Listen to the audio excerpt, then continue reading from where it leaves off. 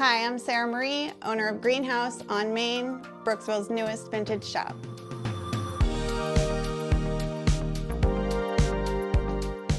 Greenhouse on Main is a local vintage marketplace, community-focused.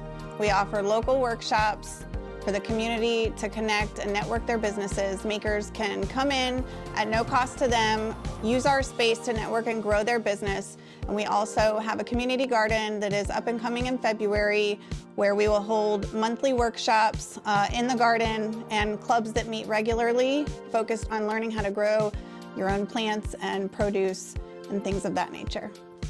We're opening this Saturday, January 8th at 10 a.m., doing a soft opening so we can meet the community, share with them our vision for the space and what we hope to bring to Brooksville as far as all of our workshops and community garden.